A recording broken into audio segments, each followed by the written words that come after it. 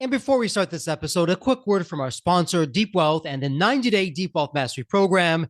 Here's Jane, a graduate who says, and I quote, "The Deep Wealth Mastery Program prevented me from making what would have been one of the biggest mistakes of my career. I almost signed on the dotted line with an unsolicited offer that I now realize would have shortchanged my hard work and my future had I accepted that offer. Deep Wealth Mastery has tilted the playing field to my advantage." Or how about Lynn? Wow, he gets right to the point, and I quote, "Deep Wealth Mastery is one of the best investments ever made because you'll get an ROI of 100 times that. Anyone who doesn't go through this will lose millions." And as you're listening to these testimonials, are you wondering if you have the time? Are you even thinking that you've got this covered? You have the advisors or people in your network? Well, I got to tell you, these myths, they're often behind the 90% failure rate for liquidity events. Think about it. You have one chance to get it right for your financial freedom. You really want to make it count. And when it comes to time, let's hear what William has to say. We just got in this testimonial. William says, and I quote, "I didn't have the time for Deep Wealth Mastery, but I made the time and I'm glad I did. What I learned goes far beyond any other executive program or coach I've experienced." So what do you think? As I hear that, that's exactly what gets me out of bed every day. That's my mission. That's the team's mission here at Deep Wealth, to literally change the social fabric of society, one business owner at a time, one liquidity event at a time. And my Deep Wealth Nation, what I want you to know, the Deep Wealth Mastery Program, it isn't theory. It's from the trenches. It's the only one based on a 9-figure deal. And that deal, that was my deal. You know my story. I said no to a 7-figure offer. I created a system that later on, myself and my business partners, we said yes to a different buyer, a different offer, a 9-figure deal. That's what we now call the Deep Wealth Mastery Program, or the Scale for Ultimate Sales system. It's built by business owners for business owners. So if you're interested in growing your profits, for preparing for a future liquidity event, and that may be 2 years away, it could be 22 years away, whatever the time may be, you want to do this now, and you want to optimize your post-exit life. Deep Wealth Mastery is for you. To get started, email success@deepwealth.com. Again, that's success, SUCCESS, at deepwealth.com. You'll receive all the information about the Deep Wealth Mastery Program, or better yet, why not hop on a complimentary strategy call? We'll go through exactly where your business is today and what's standing between you and your financial independence and your dreams. So that's where you want to be. You want to be with other successful business owners, entrepreneurs, and founders just like you. They're looking to grow their businesses, create market disruptions, and unlock their financial freedom to get what they deserve. And whether you've been in business for 3 years, 40 years, you're a startup, you're in manufacturing, you're in high tech, low tech, whatever the case may be, come on in and network with other business owners. It's a safe space. It's a confidential space with business owners, with businesses just like you, because they all want to lock in their financial freedom and enjoy both success and fulfillment. So again, the 90-day Deep Wealth Mastery Program, it has your name on it. All you need to do is take the next step. Please send an email to success@deepwealth.com. Deep Wealth Nation, welcome to another episode of the Deep Wealth Podcast.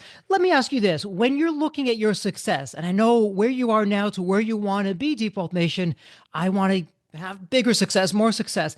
How are you doing that? Are you doing that? Are you losing yourself in the process? And here's my loaded question. What if there was a better way? What if you can learn from someone who's been in the trenches, who's been in different roles, been there, done that, that can help you really provide how you work smart, not hard? Well, that's what we have in the House of Deep Wealth today. A very special guest, Frank. Welcome to the Deep Wealth Podcast. An absolute pleasure to have you with us. From a fellow thought leader, entrepreneur, author, you name it, you've done it. And I'm curious, Frank, there's always a story behind the story. So what's your story? What got you from where you were to where you are today? Well, first of all, thank you, Jeffrey. And it's really great to be here and looking forward to a robust conversation. You know, me, like most people, are always a little bit shy and uncomfortable talking about your life experiences, but people I find some interest in learning how we get to where we are and what obstacles we overcame. And I've often thought about that. And for the purpose of today's discussion, I kind of will begin a little bit about where I was raised and what that meant for me foundationally. I call it sort of like life levels of experience, and each one sort of built a foundation block to put me in a place as an adult where I'm able to problem solve and quickly critical think through things in a calm manner. But growing up in a section of Brooklyn called Canarsie was really pivotal for me to start. And why do I say that? It was a real gritty neighborhood, and you had to learn sort of the schoolyard negotiation tactics, which is survival in the schoolyard and learning how to get by in that rough community helped me frame that tenacity and street sense that built that initial foundational block as a child.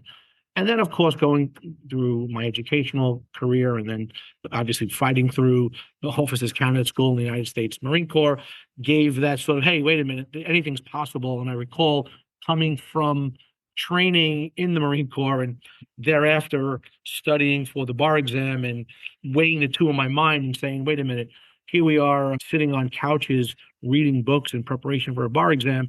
And I just came out of a boot camp where they forced you to excel beyond your fears and your expectations and still achieve a goal. And it gave me a good frame of mind that, yes, this is possible. Yes, I'm not going to at all get stressed about it. And there was a word we used in our leadership training called bearing, staying calm. So that would be the second really level of change in my life from growing up then through the Marine Corps. And then ultimately, as a lawyer for 30 plus years, particularly extensive litigation, learning vicariously through clients' experiences, both positive and negative, and having the empathy to really identify with your clients such they become so close to you and really deeply learning their issues and then framing your own thoughts based on their experiences. I mean, my dad, who died many years ago, would always tell me you learn not only from your own experiences, but from others. And I certainly did that as a lawyer. And then finally, with the opportunity to represent the Adams administration with the building of the team initially after 8 years of a previous mayor, but to build a team ab initio, develop a culture, and accomplish large projects in the city in a short period of time, and essentially be the number two behind the mayor was a great privilege for me. And taking that all together really put me in a position where anything's possible. And hey, it's the greatest city in the world. I had a chance to essentially be part of a team that ran it. And the rest of my life experiences put me in a place where I am today, where I feel there's no problem that can't be solved. That is not a problem. That's not an opportunity in disguise. So it put me in the right frame of mind that I'm very grateful for. Absolutely love your background and your story. And as we're talking offline, thank you so much for your service, doing what you did with your sacrifice so we can do what we do. And Frank, I want to ask you this because what you're doing at Oaktree Solutions, and by the way, Deep Wealth Nation, please go to the show notes. All the links are going to be there, including Frank's book, and pick up a copy. Everyone Wins, the ultimate guide to optimize your business relationships and achieve financial freedom. Who wouldn't want that? But in terms of what you're doing right now, from, as you mentioned, litigation support. You also help with crisis management. You're in the government side. You're on the business side. You're helping CEOs and the C-suite and leadership look at different ways of how do we get from here to there.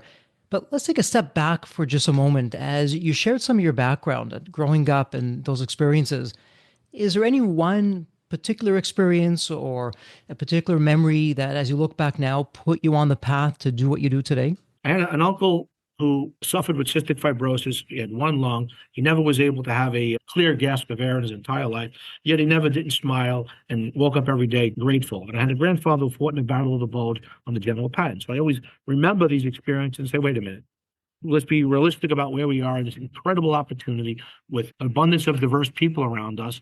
So it's really the collection of my life experiences, but using others' suffering and empathy and do an empathetic eye to give me the right perspective to deal with problems as they arise in a calm, thoughtful manner. That's interesting as you say that. And because of your perspective, because of where you've been and what you've done, I'm curious. Unfortunately, it seems when people use the term or the word power, it's really been taken, for me anyways, out of context and a bit of a negative connotation. But when you get to really the root of it, of what it does, it can be a wonderful thing. That said, though, based on what you've done and where you've been, Frank, when it comes to power, what do you think that we're doing? People in general, or could be even entrepreneurs, really anyone. What are we consistently misunderstanding about how real power works? What would you want us to know? Yeah, it's a great question, and it has negative connotations, the word power, but really it's a privilege. The only way any individual can either have power or utilize power. I think the right way of looking at it is it's being influential and credible, that folks listen to your thoughts in a credible manner. And that's powerful if you have people who will respond to you. If people don't respond to you, then power can be nefarious and it's just forceful.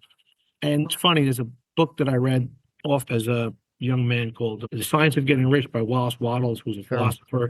And he talks very much in the book about not to, power to influence people for your own objectives is inherently wrong. But power to express ideas that get followed and add creativity so that everyone could benefit from, that is noble.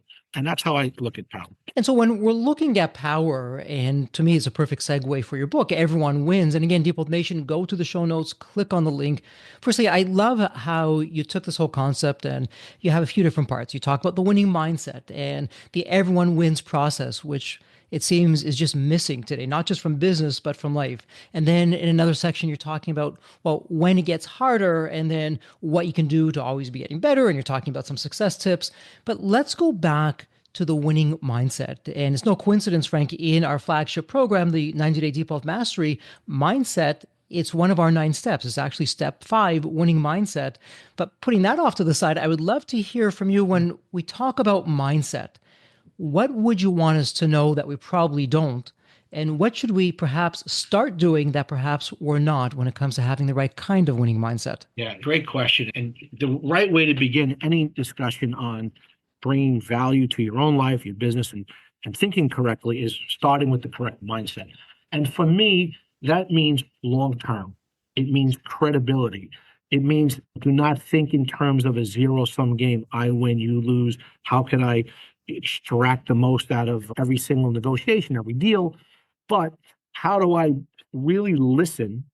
How do I bring value to the relationship, to my colleagues, to my business partners, even my adversaries, such that my objective is achieved in a way that is meaningful and long lasting? And if it means sometimes what may seem to be not the best outcome, but if you stick to the principles, bringing credible value, and doing so through an empathetic ear, you'll see in the long run, it'll be a force multiplier.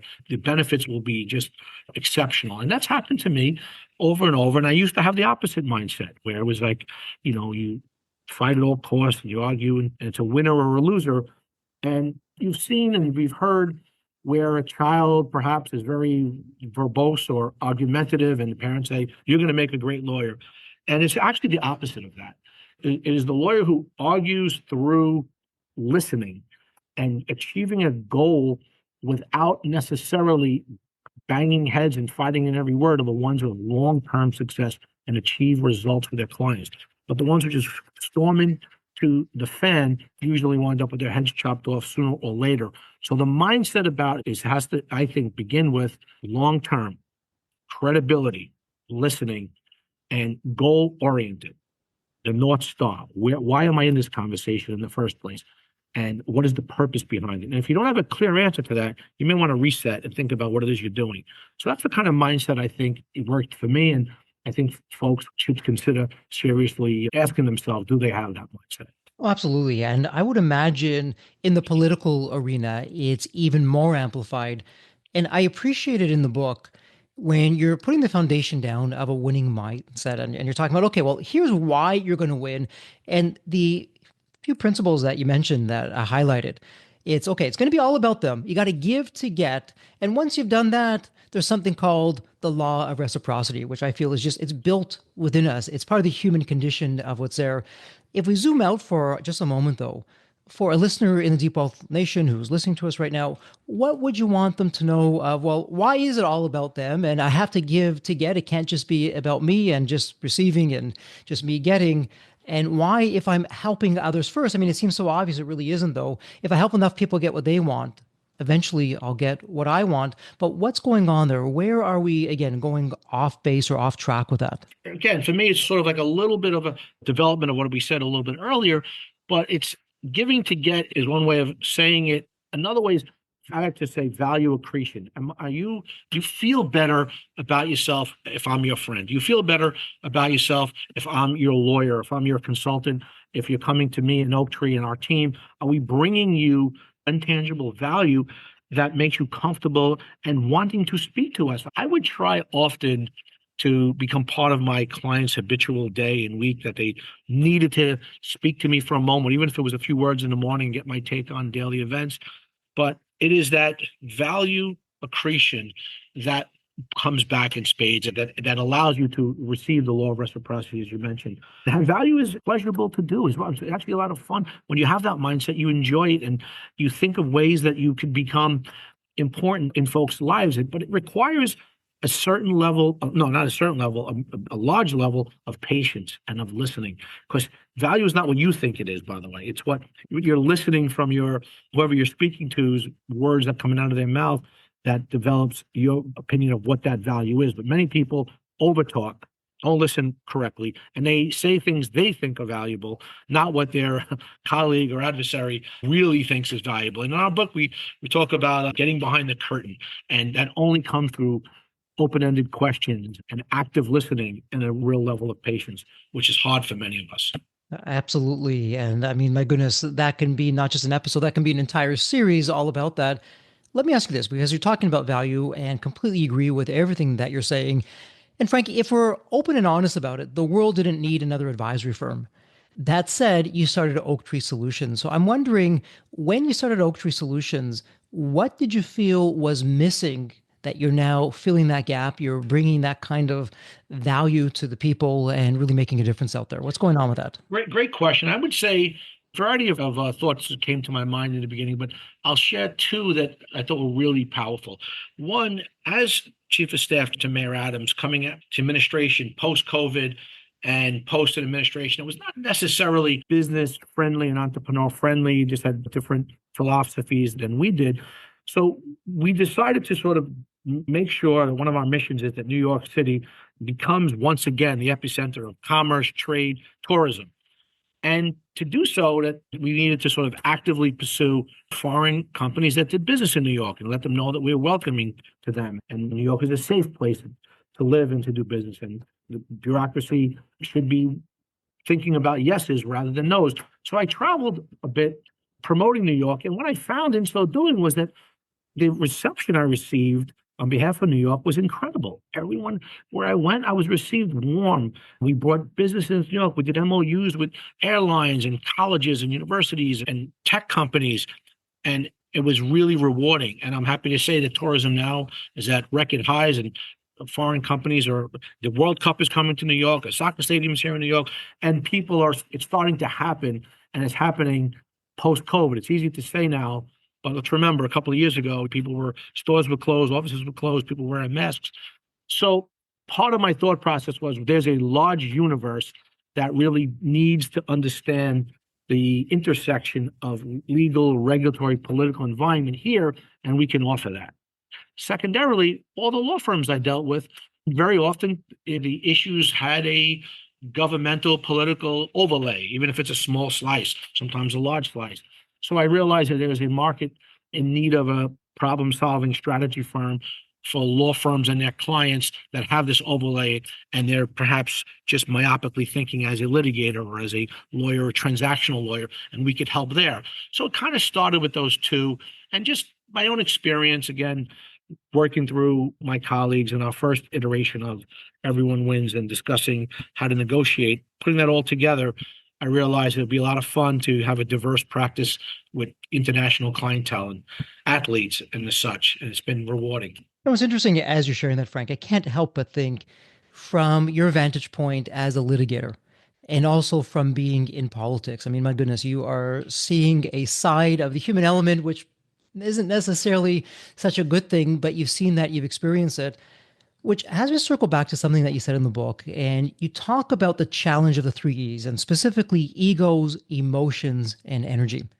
So looking at it from the litigation side, looking at it from the political side, when it comes to the three E's and perhaps what we are doing that we probably shouldn't be doing because it's not helping us create that win-win all around, it's probably hurting ourselves, we don't necessarily see it. What would you tell us about that? Yeah, well, listen, let's start with the first one. One of I don't know if it was the second month while as chief of staff, I sent a book around by Ryan Holiday, Ego is the Enemy. Yeah. And because I see in government very often people get so caught in their position either because it's their right to do so or they feel it's their right to do so. And I needed to sort of remove this sort of stain of ego. Ego is the number one killer of progress, is the number one killer of value. It is selfish, self-centered, and insecure. It never comes across appropriate. So at all costs, ego is really the death knell of any entrepreneur, of any professional. So we all have to work at it. It's not going away. You can't just say it and it happens. It's something that you have to work on every single day. The same way you have to work on your health and your well-being, you must work on how you view. We all struggle with it. So it's not going to be one of those things that happen easily. But if you keep it top of mind, which again is hard to do, you'll find you could get so much done. I remember a client said to me once, you can't deposit ego in the bank. And I remember that, and I go, it's true. Again, going back to what I said earlier, what is the purpose of what we're doing? What is the goal? Why are we in this negotiation? Why are we in this vertical line of our business? And it is not just for our egos. It is for economic purposes. And if you keep that as your North Star, then it's a little easier to keep your ego in check. But it's number one issue as far as I'm concerned. Easier said than done, because I've been in situations where I've let that get ahead of me. So we can all agree that absolutely, let's check the ego. In fact, wherever possible, let's not have the ego coming in. Let's be humble. And to your point, hey, we have 2 ears and one mouth for a reason. Let's listen more than we talk. That said, though, there are times where the ego gets out of the box, so to speak, and it puts us into trouble. Any strategies, Frank, of when we're going down that path, some early warning signs that we can say, hey, whoa, okay, what I'm going to say next or what's about to happen next probably isn't a good thing. Let me take a step back. What should we be doing in that kind of situation? The first thing to do is just be aware of it, right? Just be aware that it exists, it is potentially toxic. And then how do you remind yourself when you get in those situations? And the only way you do that is repetition and perhaps something that's a reminder, that either a book on your desk or a note that or a little sentence or two that you read every morning. Going back to the book I was talking about earlier about Wallace Wattles, I was often, every moment that I recall, I repeat to myself, and it just gives me a level set of calmness to sort of think goal-oriented for the day for me. So similarly, it's just practice. You need to just continually remind yourself of how toxic putting your ego ahead of, and then challenge yourself. That also means changing your mind when proving that there's a better idea that's not your own, and changing your trajectory you're moving when it becomes an idea not your own. And I noticed in government very often that was hard for people. When they started down a pathway, it's hard to move that ship line, or like a ship banking or a plane turning. It's usually a long, wide turn, a hard turn, but you have to be open-minded to that. And if you could do that only through, by going back to what we said originally, the correct mindset, which is goal-oriented, not personal-oriented. And with that said, you'll find yourself having a lot more fun and a lot more success in what you're doing. So when we follow that line of thinking, and the question I'm thinking of, it's quite a big one. It's somewhat general. It might be a tad difficult to answer, but I'm going to throw it out there anyways. When we're looking to create that winning mindset, and particularly when there's success on the line, and success means different things to different people, but oftentimes to get to that success level, to cross that finish line, important decisions need to be made of what I do and not do. How do I maintain both loyalty and integrity where oftentimes they're compromised? Because, oh, you know what, I'll just not do that, or I'll take a shortcut here and I'll win today and I'll figure it out later on how I can make things right, or maybe not at all. So loyalty, integrity, doing the right thing, still maintaining, hey, I'm going to get to this big goal of success. What's going on there, Frank, that you'd want us to know? Yeah, so great question. Let's break that question down into some parts here. First, loyalty, right? Well, actually, let me do it another way. Remember what I said a little bit earlier. If you start with long-term thinking, and the only way you could be a long-term thinker such that you could benefit from is if you're a credible person. So if your North Star is credibility, you can't bring value to a relationship if you're not credible. You can't have long-term thinking if you're not credible, because having integrity, not being disloyal, they'll follow you around the rest of your life. So first, you have to remember what we said originally in our discussion, long-term thinking. And that helps easily deal with integrity, because now you don't have to worry about a small, short-term bad decision, because if you do what you believe is right long-term, then you'll always have that integrity, and it's easier to do in the long term than in short term. As it relates to loyalty's difficult and not difficult. Difficult in a sense, loyalty is a two-way street. But the way that I deal with loyalty is just being brutally honest and truthful, even if it means disagreeing with you and going down a path that you may not agree with. But manipulating and lying or hiding, that is disloyal, even if it seems as though I'm not willing to confront you as a person, let's say, that I'm perhaps hypothetically in our example I'm dealing with. But you deal with loyalty by being truthful, honest and truthful. And as long as you keep your eyes towards long-term goals, and if something that you're doing, you feel compromises that, you say it, you talk about it, you discuss it, and then you listen. And therefore, you're being loyal. Again, so you do those two things. I think you could deal with both, although they're easier said than done again. But you write these things down, you practice them, you remind yourself, and it'll become second nature over time. And so when you're talking about that, okay, I'm going to have the loyalty, I'm going to be truthful. And you're right, it is easier said than done. Something else that you said, and it was really easy to potentially miss over, but that is, and again, these are my words. You can say, Jeffrey, on base or off base. What I'm also hearing you say, and I completely agree with, don't be a yes person. It's so much easier just to go along with the crowd, or a decision's being made. You don't want to be the one that ruffles the feathers. Deep down, this probably isn't the right decision, but they shoot the messenger, as the saying goes. And I don't want to be the one that's going to be saying things. And oftentimes we create a situation. It's like the emperor with no clothes. And that's a whole other story. In fact, we did a podcast episode on that. So Frank, how can we, in the best and politest of ways, say no to something or share our thoughts on something that's going against the grain of the groupthink and everything else going on, because we truly believe and feel, hey, this isn't the right way to go, or I'm hearing what you're asking, I'm going to have to say no to that. How do we do that in a way that creates integrity and trust on both sides? Well, if you're uncomfortable, first of all, you're not entirely clear that you want to say no first, or if you're in a situation where in your gut, you're not comfortable, but you're just uncomfortable expressing it, according to your question, the way that you could handle it, I think most effectively, is through questions. Like, tell me why you want to go down this path. Tell me why you want to do A, B, or C. What created that decision? What's the basis that you're relying on that you want to do that? Tell me what you're trying to achieve. Is it the only way we can achieve that? And through those open-ended questions, and the feedback you get, very often you'll see the person who maybe you want to say no to changes their own mind, because you're giving them an ability to critically think and come to their conclusion on their own. Now, after doing that and having the patience to do so, it fails, then you just have to have the confidence to just respectfully decline and do so in a way that's not hurting the other person's feelings or ego. We talk about this as ego in reverse.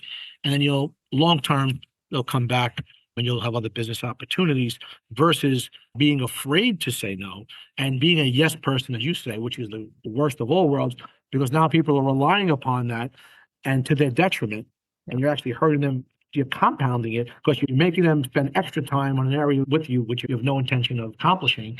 So I would suggest, through open-ended questions, to see why it is the person wants to go down a road that you disagree with, and then hoping you find common ground. It's interesting, because what I'm hearing you say is, hey, become curious, put your judgments and ego aside.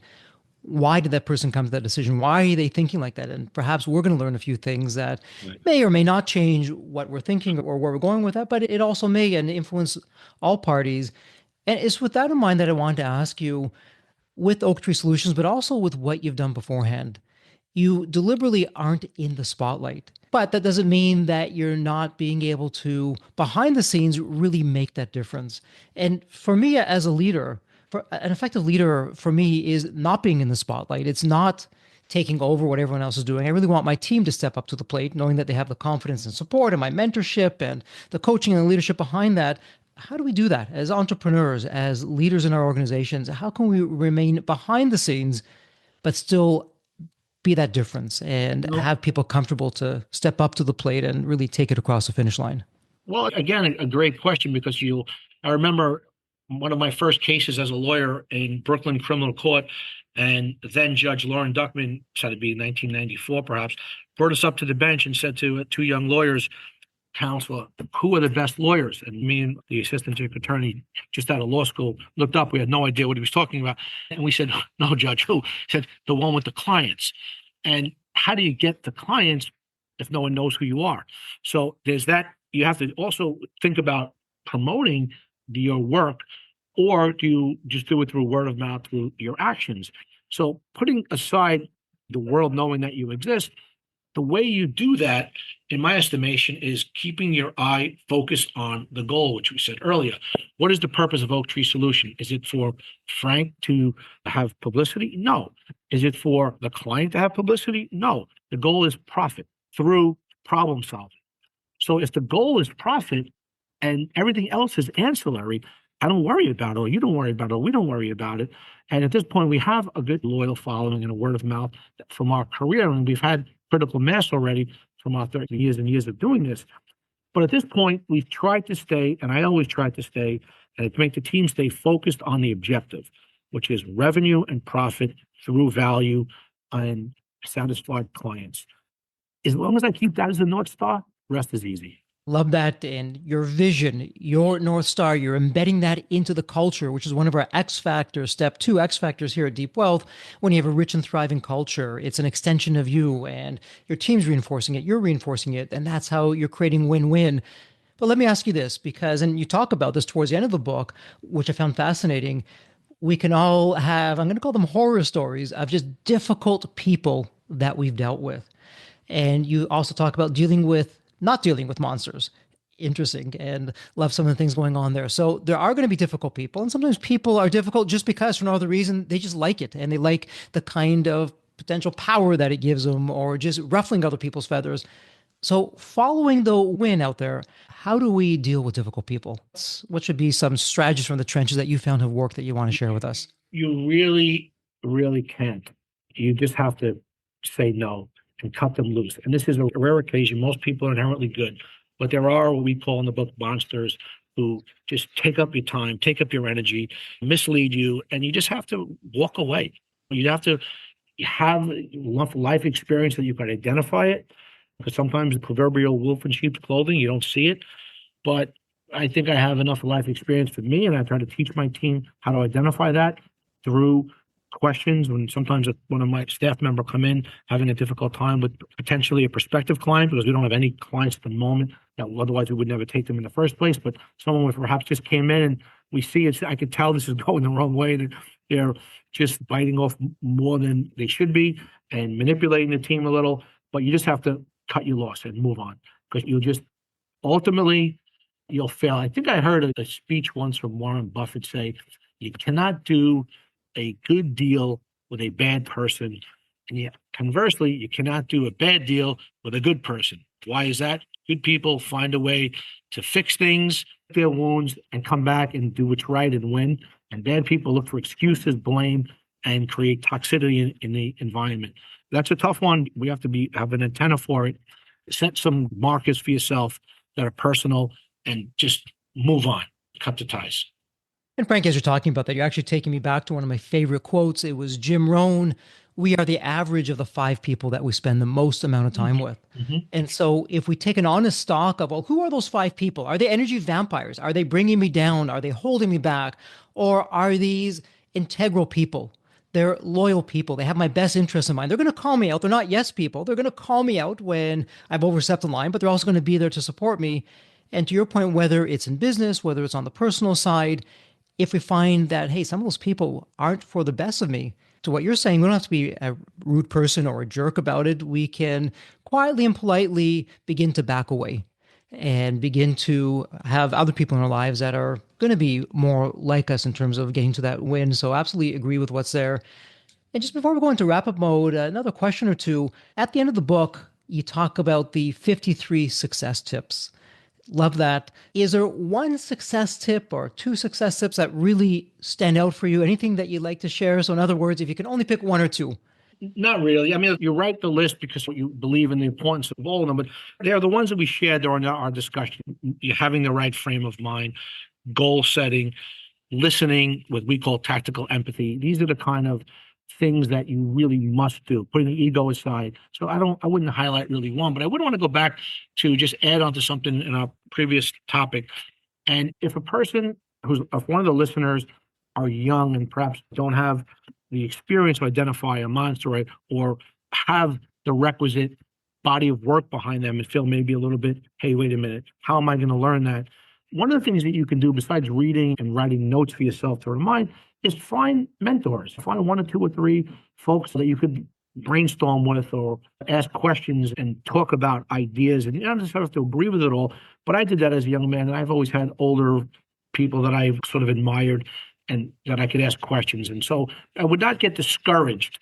We're talking about those of us, you and I, who have a body of work behind us, but be patient. Don't be afraid to make mistakes as you go along the way. Find mentors, write notes, make lists, and over time, you'll find habitually these things become second nature. And back to your point, when finding mentors, it goes really back to, hey, am I curious? Let me ask some questions. Let me take some risks. Let me put myself out there. Maybe out of 10 people I ask to be a mentor, maybe 9 of them will say no, but 1 will say yes. It just takes 1 to make all the difference. I think that's some terrific advice that's out there. And so, Frank, before we go into wrap-up mode, I have so many questions I haven't had a chance yet to ask. Is there something that we haven't yet talked about, or even a theme or a message that we haven't covered that you want to share with the Deep Wealth Nation before we go into wrap-up mode? I would just highlight the lessons from Everybody Wins, which is appealing to your adversary, your colleague, your partner's self-interest, even your romantic partner, in a way that's challenged ego, in a way that it requires listening. And in so doing, you'll find common areas, and from there you build. And as long as you have that thought process in your mind daily, with all the other caveats we discussed, you'll bring value to your business or your career. And in so doing, it'll have a compounding effect in ways you can never imagine. I just have so many examples of folks that I've brought value to, I've responded to quickly, and then later on, bring me an opportunity that I could never have imagined. So stick with it, be patient, read, take notes, and it'll all work out. And as you're saying that, actually, it reminds me, if I'm not mistaken, this was the quote at the start of your book: may you learn in fewer steps what took me far too many. But if you insist on trial and error, at least make the stories worth telling. And isn't that the truth of how it should be? And speaking of stories, we're going to go into wrap-up mode. And I feel so privileged and honored because here on the Deep Wealth Podcast, it's our tradition where every guest, I have the privilege and honor of asking the same question. And it's a really fun question. So, Frank, let me set this up for you. When you think of the movie Back to the Future, you have that magical DeLorean car that will take you to any point in time. So, Frank, it's tomorrow morning. This is the fun part. You look outside your window. Not only is the DeLorean car curbside, the door is open. It's waiting for you to hop on in, which you do. You're not going to go to any point in your life. Frank, as a young child, a teenager, whatever point in time it would be, what are you telling your younger self in terms of life lessons or life wisdom? Or, hey, Frank, do this, but don't do that. What would that sound like? Yeah. So if I was to go back and speak to my young self, I probably would just reinforce everything we've said here today, which is just don't remain calm, not get angry, not get disappointed, be patient. Again, don't let your ego perhaps cloud your judgment. It's not personal. Remove monsters from your life. I probably made some mistakes, allowing them to stay far too long. And I don't blame other people for my mistakes. It's part of our life experiences. Some of those mistakes were critical to get me to where I am today. So it's really the body of work, good and the bad and the ugly, that brings me here. But if to answer that incredibly cool question, it would be more emotional than it would be intellectual, because that's always a little more hot-headed as a younger man than I am today. And it goes back to what you're saying. Hey, remain calm, be patient, and also surround yourself with great people. I think that's such wonderful advice that you have. And Frank, let me ask you this. A listener in Deep Wealth Nation, they have a question.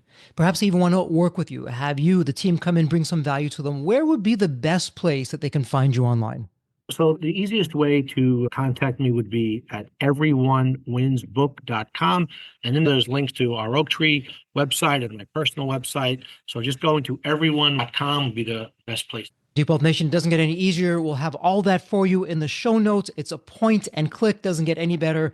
Well, that said, Frank, it's official. This is a wrap. Congratulations. And as we love to say here at Deep Wealth, may you continue to thrive and prosper while you remain healthy and safe. Thank you so much. Thank you, Jeffrey.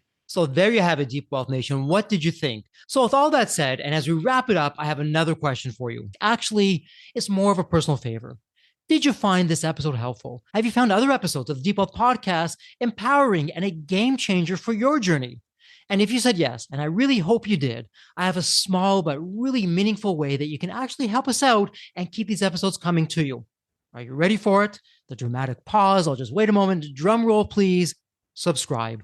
Please subscribe to the Deep Wealth Podcast on your favorite podcast channel. When you subscribe to the Deep Wealth Podcast, you're saving yourself time. Every episode automatically comes to you. And I want you to know that we meticulously craft every one of our episodes to have impactful strategies, stories, expert insights that are designed to help you grow your profits, increase the value of your business, and yes, even optimize your post-exit life and your life right now, whatever you want that to look like. And every time you subscribe and a fellow entrepreneur subscribes, it's a testament to how together, yes, we are changing the social fabric of society. One business owner at a time, one liquidity event at a time. So don't let the momentum stop here. Subscribe now on your favorite podcast channel. You'll never miss an episode. You'll be the first to hear from the top industry leaders, the innovators, the disruptors that are really changing and shaping the business world. And maybe you're commuting, maybe you're at the gym, maybe you're taking a well-deserved break that we spoke all about on this episode. The Deep Wealth Podcast, it's your reliable source for the next big idea that could literally revolutionize your business. So once again, please hit that subscribe button, stay connected, inspired, and ahead of the curve. And again, your next big breakthrough moment, it might just be one episode away. Maybe it was even this episode. So all that said, thank you so much for listening. And remember, your wealth isn't just about the money in the bank. It's about the depth of your journey and the impact that you're creating. So let's continue this journey together. And from the bottom of my heart, thank you so much for listening to this episode. And as we love to say here at Deep Wealth, may you continue to thrive and prosper while you remain healthy and safe. Thank you so much. God bless.